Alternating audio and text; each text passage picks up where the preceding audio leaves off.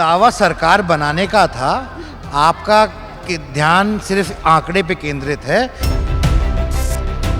Bharatiya Janata party आज अमित शाह जी ने कहा है कि बिना किसी के सहयोग के अकेले ही सरकार बनाएगी। विधानसभा चुनाव से अहम पहले कार्यकारिणी बैठक की गई है। माननीय गृह मंत्री अमित शाह जी यहाँ पर पहुंचे थे। हमारे साथ राज्यसभा सांसद कार्तिकेय जी, क्या कुछ खास आज के इस बैठक में रहा? देखिए, माननीय गृह मंत्री अमित शाह जी ने आज एक बात स्पष्ट कर दी है कि भारतीय जनता पार्टी तीसरी बार प्रचंड बहुमत से सरकार बनाने जा रही है हरियाणा के अंदर, और ये सरकार माननीय मुख्यमंत्री श्री नैब सैनी जी के नेतृत्व के अंदर बनाई जाएगी।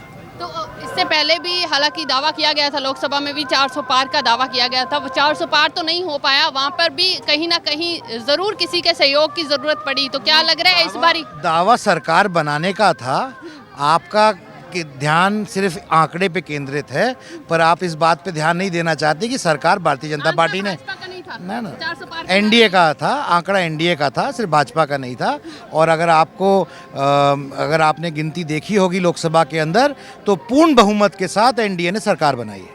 तो हरियाणा में पिछली बार जेजेपी का साथ लेने की जरूरत पड़ गई थी, इस बार क्या लग रहा है? भारतीय जनता पार्टी आज अमित शाह जी ने कहा है कि बिना किसी के सहयोग के अकेले ही सरकार बनाएगी। तो अगर नौबत आती है तो फिर सहयोग लिया जाएगा? मैं कह रहा हूँ, जब प्रचंड बहुमत से सरकार बनाने की बात कर रहे हैं तो उसके नौबत का आने का सवाल ही नहीं उठता। अच्छा, 90 में से कितनी सीटों पर दावा कर रहे हैं? अभी 90 की 90 जीतने के लिए चुनाव लड़ेंगे, और कहते हैं प्रचंड बहुमत से जीतेंगे, तो उसका आकलन आप खुद कर लीजिए। और मुख्यमंत्री चेहरे का हो गया है अनाउंस? बिल्कुल साफ हो गया कि श्री नैब सिंह सैनी जी के नेतृत्व में ही चुनाव लड़ा जाएगा और वे अगले मुख्यमंत्री बनेंगे। बहुत बहुत धन्यवाद। तो ये थे हमारे साथ कार्तिकेय जी। बोला जा रहा है कि ये क्लियर है कि नायब सिंह सैनी जी के ही जो चेहरे पर जो है चुनाव लड़ा जाएगा, वही आगे के मुख्यमंत्री होंगे। खैर, देखना होगा कि नायब सिंह सैनी को कार्यकाल हालांकि कम दिनों का मिला है, परंतु उनके कार्यकाल को हरियाणा की जनता कैसे देखती है?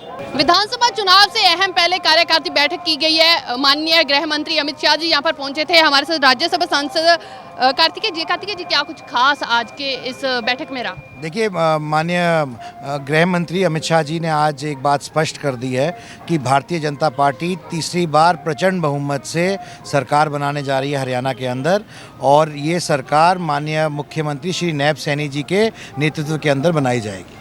तो इससे पहले भी हालांकि दावा किया गया था, लोकसभा में भी 400 पार का दावा किया गया था। 400 पार तो नहीं हो पाया, वहाँ पर भी कहीं ना कहीं जरूर किसी के सहयोग की जरूरत पड़ी। तो क्या लग रहा है इस बारी? दावा सरकार बनाने का था, आपका ध्यान सिर्फ आंकड़े पे केंद्रित है, पर आप इस बात पे ध्यान नहीं देना चाहते कि सरकार भारतीय जनता पार्टी ने ना एनडीए का था, आंकड़ा एनडीए का था, सिर्फ भाजपा का नहीं था। और अगर आपने गिनती देखी होगी लोकसभा के अंदर, तो पूर्ण बहुमत के साथ एनडीए ने सरकार बनाई है।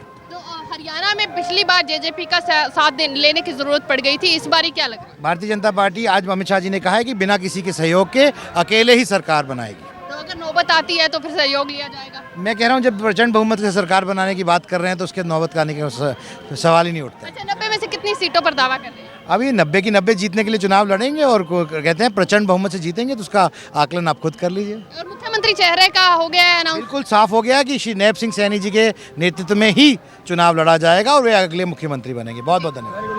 तो ये थे हमारे साथ कार्तिकेय जी। बोला जा रहा है कि ये क्लियर है कि नायब सिंह सैनी जी के ही जो चेहरे पर जो है चुनाव लड़ा जाएगा, वही आगे के मुख्यमंत्री होंगे। खैर, देखना होगा कि नायब सिंह सैनी को कार्यकाल हालांकि कम दिनों का मिला है, परंतु उनके कार्यकाल को हरियाणा की जनता कैसे देखती है?